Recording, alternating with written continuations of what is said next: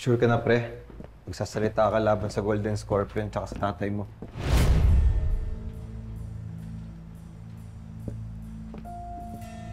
Ronald, dapat noon ko pa ginawa to, ha? At dahil sa pananahimik ko, nawala ng hustisya para kay Elias. At nadamay din tuloy si Joanne at yung pamilya niya. Pero paano plano mo?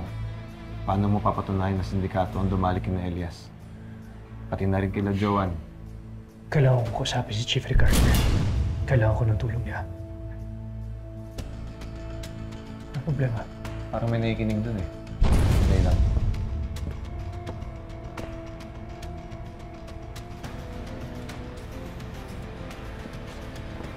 Ano? Wala.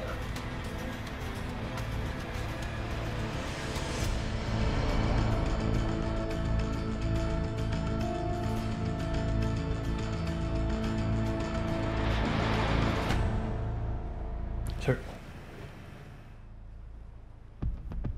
Oh, ano yung mahalagang bagay na sasabihin mo sa akin? Chief, noon ko pa dapat sabihin sa inyo. Pero nagdadalawang isip ako. Dahil pinoprotektahan ko ang tatay ko.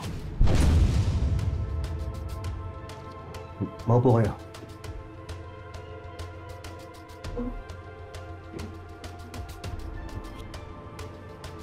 Ano namang kinalaman ng ama mo dito sa usapan natin?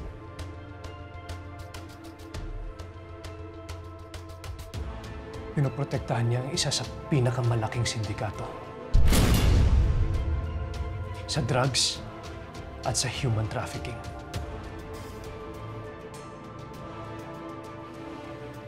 Ang Golden Scorpion.